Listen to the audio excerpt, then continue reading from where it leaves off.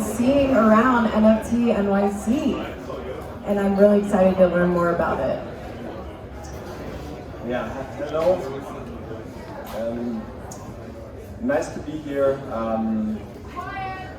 I have now this very challenging task to switch from the use case back to the technology and go a little bit, like one step back and one step lower in a way. I'm thinking how to do this. So, who in the audience has actually dealt with MetaMask already? So that's like a 1/3 less. Okay.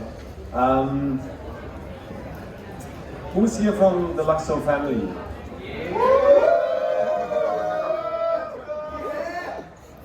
All right. So so the reason why we also brought this here together is to actually have the opportunity for the first time to meet our core community and spend an evening together and get to know each other in real life, right? I mean, we have people that have been following our project for over a year now. They have been part of this a long time, communicating, educating about this. And now we are here for the first time in real life, mixed together with a crowd that also works on these things that will come in the future. Maybe as a little background of myself, because you probably think, like, who's this guy sitting here talking? You probably heard about Ethereum, I guess, right? Yeah? Okay. So, I worked at the Ethereum Foundation back in 2015, and I was back in the day the lead DApp developer at Ethereum. And I built the first Web3 browser. There's a lot of other technical things that probably I won't mention now, but I created a standard in 2015 that in a way, initiated a lot of the things that we have today. So you probably heard about ERC20 already, the token standard. Kind of like made a lot of things. Yeah, I created that in 2015. And out of this came later, all the other things, ICOs, DeFi, now NFTs. And now we're here. And the reason why we started LUKSO is really to bring this whole blockchain space to the next level and bring also this whole standardization that we need under the hood.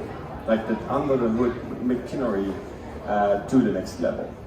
Because if you have actually tried out MetaMask, I saw 1/3 here, and a lot of people hear about this Web3 thing and communities and token data communities and all of this thing. If you really want to interact with Web3, right, and the gentleman here just talked about, hey, you need to make it easy, right, because people need to first be able to pay with old school fiat currency so they don't understand what to do.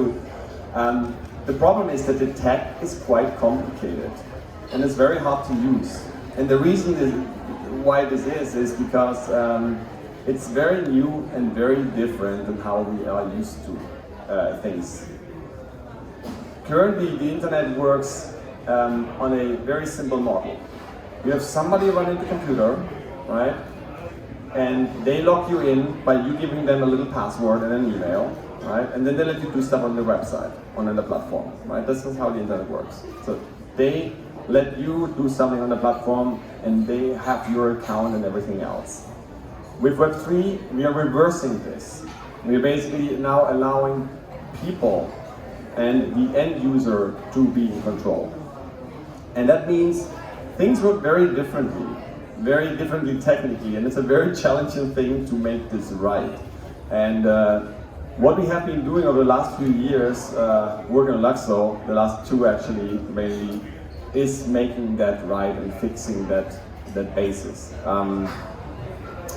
So to summarize, so LUKSO is a new blockchain that we are launching. It's a new blockchain that functions very similar to Ethereum 2. It's a blockchain that we call the blockchain and the foundation for the new creative economy, which very well fits into the example use case you just have heard, right? we actually wrote a white paper in 2019 and 18 called The Blueprint for the New Creative Economy. And we are now seeing the first signs of emergence of the new creative economy. Sadly, still on the wrong foundation. So in order to get this creative economy really working, usable, and something we use on a day-to-day basis, we need to fix what's broken. We need to fix the UX. We need to fix the way of how this works for the normal people. Because otherwise, people can't really use it. And there's a whole crowd party going on there in the background. Guys, do you want to join and listen me talking?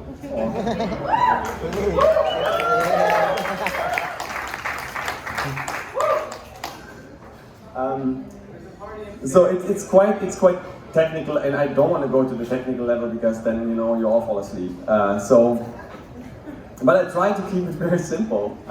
So basically, you're starting a new network, right? That's one thing. But there's a lot of blockchains out there.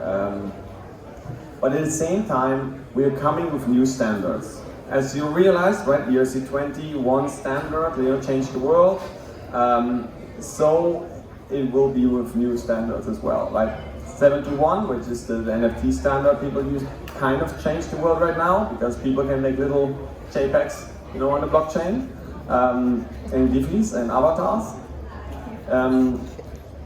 But what we basically identified is what are the 3 core building blocks to make this new creative economy a thing. And the number one building block that's currently completely missing in the blockchain space is the identity column. And that's what we call the universal profiles. So this is literally like the most missing thing in the NFT space. You as a creator, currently if you create something, and if you create an NFT or something else on a blockchain, most of the time you just go to a marketplace like OpenSea, right? You create a profile there, then you link your MetaMask account, put your little letters there, and then you go probably create it in some smart contract of some marketplace, and you issue a little ID and you link your JPEG, right? Problem with that is, neither do you really control the smart contract of the NFT, and neither do you really have an identity that's decentralized. What you have is another old school Web2 account login on OpenSea, where you link the MetaMask address that you probably don't remember anymore in a year's time. So when you now look on the blockchain, you realize that you can't really identify who was who and who created what easily, right? So give it 3 years time, you have lost your wallet, changed it 3 times over, it's very, very tricky to figure out who created what, when, and why. And without real identity on-chain, right? Real profiles that we have on the blockchain, that thing gets very messy going forward and very hard to trace and authenticate. So I created a standard actually already 2017 called ERC 725. It was, funny enough, 4 standards after the NFT standard proposed by someone else. And I have been iterating over this, involving it, blah, blah, blah, blah, and we basically have built this out now. And this is a standard that allows us to actually create a user-friendly or a more user-friendly way of how to interact with blockchain. And the way it technically works is you have a smart contract instead of just a key. And that smart contract is able to be controlled by many different keys. That means now you can have multiple devices that you can control your profile with. You can exchange these devices over time, so that little key that you create in MetaMask is not so important anymore because it's exchangeable. So you can learn, start with weak security, and when you care, you can add better security. With MetaMask, you have to start with the Fort Knox at the first day, right? Because if you lose it, it's gone, and your identity is literally gone too. But we also, and especially, have the ability to attach profile pictures, information that's relevant, links, and reference anything that's relevant to us as a artist, user, creator, brand, whatever you want to be. And we have also the ability to pay for users' transaction fees. We have the ability to actually allow people to interact with blockchain seamless, because they don't have to run to an exchange, make a KYC, transfer money, wait days, get Ether, and then to do something on Ethereum, right?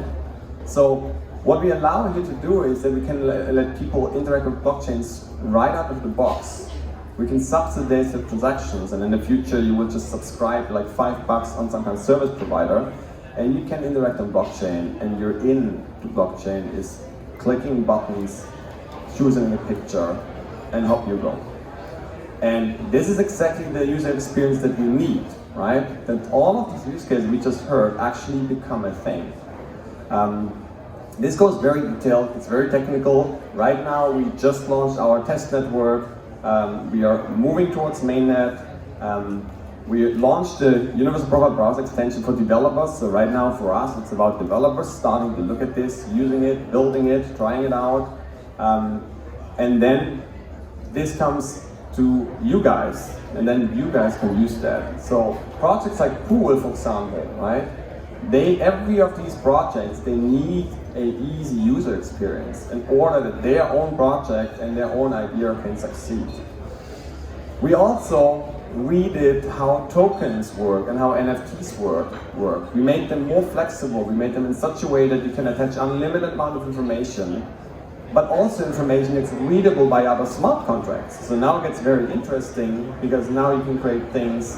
Guys, sorry, could I just ask for 3 more minutes quiet there? Just 3, sorry. Just 3, sorry. I hurry, okay. Doing great. Doing great, Stevie.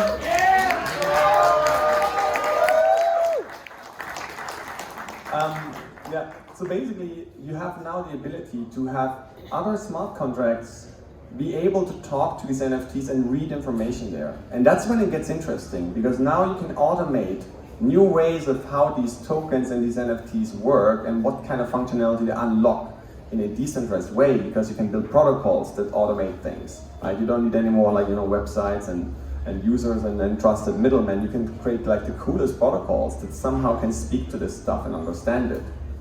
That's all not currently possible with the current standard, because the current NFT standard is extremely simplistic.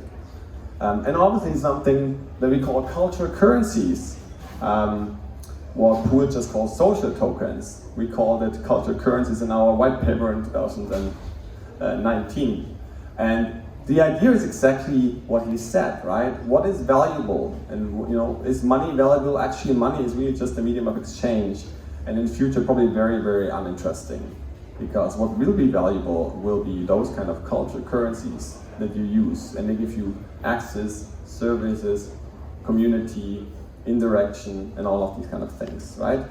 That's why we have also these nice little pictures of, a tree or a musician there, and all of these things, and a like. Don't put a like on the blockchain yet, but you can definitely put some reputation systems on the blockchain at some point. So basically, you can create like new ways of how you interact, right? Like exactly also what the singer does here with her fans, right? Interacting with them. And what is the benefit of having these culture currencies? Because now you can see who are your top token holders, who are the people who are really following you. For example, if you look at Instagram or Twitter, right, you see a bunch of followers, but you don't know who's important, right? You only see who's important because of this guy that always answers and everything, like Als Anonymous here in Twitter, and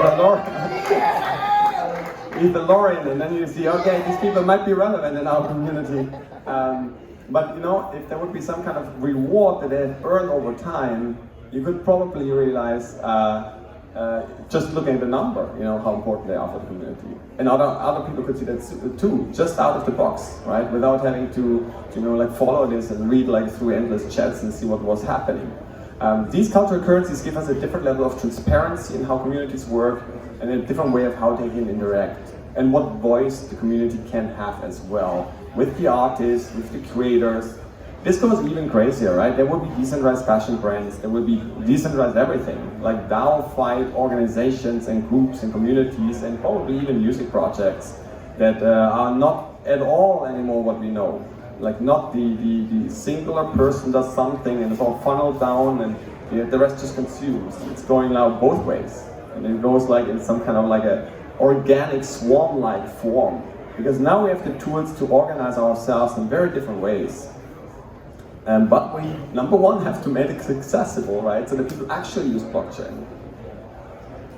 Blockchain is sadly not really used yet, right? Most people, they have some tokens on an exchange where they signed up to and went through the hoops of the KYC. And that's the blockchain experience that they have, which is zero, because there's no blockchain. That's just an exchange, and it's just some trading. But if you give people the power to actually interact with this stuff on a day-to-day basis, because now it's easy, it's just clicking confirm and doing things like this, that's when it becomes relevant.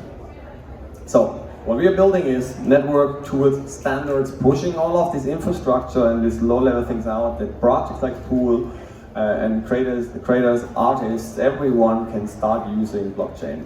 We believe that LUKSO will be the network for this creative economy, literally how we coined it back then. It will be the first one that's actually probably usable by normal people without, getting your head like turned around and scared to death if you like send the wrong transaction. It will take time, but we will get there, and it's going to be fun and easy, and then we actually are going to use blockchain on a day-to-day basis. So thank you. That was my little introduction.